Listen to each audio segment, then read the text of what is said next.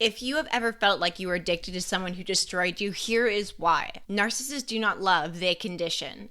Their grand gestures, their silence, their sudden attention after days of punishment, that was not love. It was programming running through your nervous system like a slot machine. You weren't addicted to them, you were addicted to the chaos. And the cruelest part of this is that they knew exactly what they were doing. Because to a narcissist, control is love. And the worst part, you called it love. You thought the punishment meant that they cared. The chaos meant that they were passionate, and the fireworks meant that it was real. But here's a truth that you cannot unhear.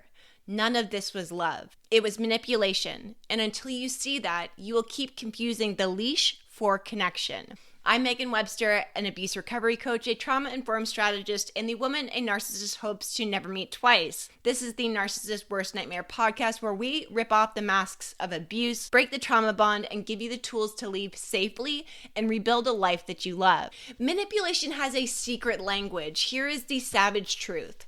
Everything that they did, from the obsession at the beginning to the silence at the end that left you gutted, was manipulation. Love bombing, the grand gestures, the gifts, the obsession, that was not passion, that was programming. They needed you to be addicted to the high before their mask slipped. Intermittent reinforcement. Then came the push-pull, the hot and cold, the silence, then the fireworks, the ignoring, then the apology. The reward was so unpredictable, and unpredictable rewards are addictive. That was not romance, it was chaos disguised as connection. And the silent treatment. That silence was not space. It was punishment.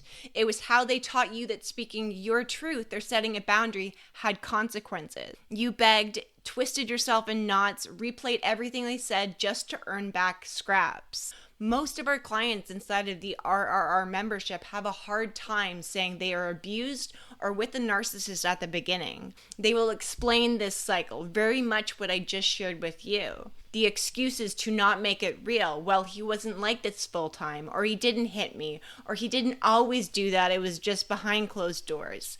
This is abuse. You can dress it up any way that you like, but it is what it is. Over time, we do deep-rooted work together and they finally see the patterns, not just in that one relationship, but usually in others too. But once you see it, you cannot unsee it.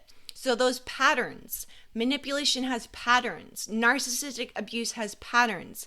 None of it was love. It was all for control. They used affection as bait, unpredictability as glue, and silence as punishment. So what is the cost of mistaking control for love? Here's what's going to happen if you continue this cycle.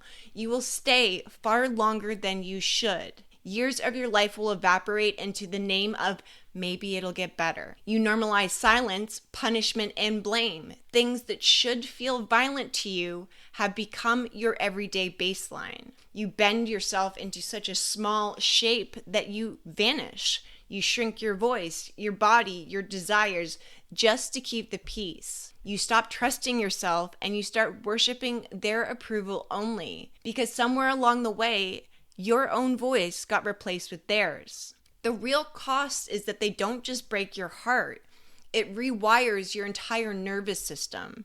Your body gets trained to crave the very thing that's destroying you, which is why calm feels unsafe. Silence makes your chest tighten, and that's why when they disappear, your body screams for them like an addict in withdrawal. This is why leaving feels impossible. Not because you don't know any better, but because your body, your mind, your soul has been programmed to mistake chaos for safety. I was seeing someone and we had had a fight. Fights are normal, by the way, healthy arguments, but this was something else, and I could not see it until months later. They had asked me how I felt about a situation that had just happened between us, and I said I felt rejected. They made a massive deal about how I felt. They tried to manipulate me with saying things like, that is too much, that is overboard. So I shoved down how I felt, and he very quickly ended the conversation. He then very much left me on red for 2 days. I felt abandoned. And when we did speak again, he smoothed things over with me saying he could see the damage that my marriage, my narcissist ex-husband, had done. But he did not apologize for his behavior, which was the problem in the first place. And this is what narcissists do. They manipulate and they flip the script so they look like the good guy, the rescuer, and you are the problem. It had made me feel like I had made this big deal over nothing, even though I know full well my feelings are valid. And I won't share this full story here now, but 3 months later, he did the exact same thing, and I ended the relationship because his behavior was repetitive, which is one of the definitions of what makes a narcissist a narcissist. And that is the savage truth most people don't want to admit. You didn't just love them, you were chemically addicted to them. That is the cost of mistaking control for love. It's not just stolen time. It hijacks your body, your brain, and your identity. This is why I built the Reinvent, Rebuild, and Redeem membership, because breaking free from abuse isn't just about leaving. It's about seeing manipulation for what it really is, cutting through the programming, breaking the trauma bond, and retraining your nervous system to recognize peace is safe again. Inside of our membership, we don't just talk about abuse.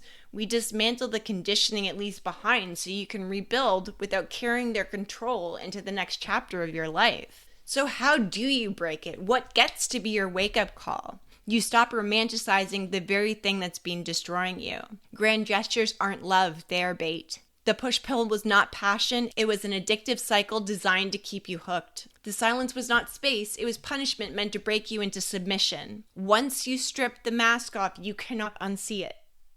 You will see every single time that you beg for scraps that were your bare minimum.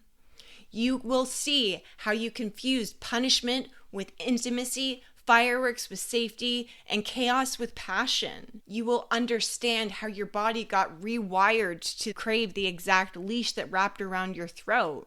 But here's where you get to shift it and take your power back. When you recognize your truth of the matter, it will replace the longing. Where you once craved the apology, you will now see the manipulation behind it. Where you once begged for attention, now you will see the breadcrumbs for what they were, insults. Where you once chased the fireworks, you will now see the explosion as the bomb that it really was. That anger, that sadness, that disgust, that clarity that's going to come up for you, that is not weakness. That is the bond breaking, and you need to have that happen. The wake up is not pretty. It's violent. It shatters every memory you thought was real. It questions everything, but it is also your gateway to freedom. Because once you see the hidden language of manipulation, it will never happen to you again. What felt like love was never love. It was dressed up in flowers and fireworks and fake apologies. Love does not confuse you. Love does not silence you. Love does not punish you. If it kept you addicted, on edge, second-guessing, or starving for scraps, it was not love, it was a weapon.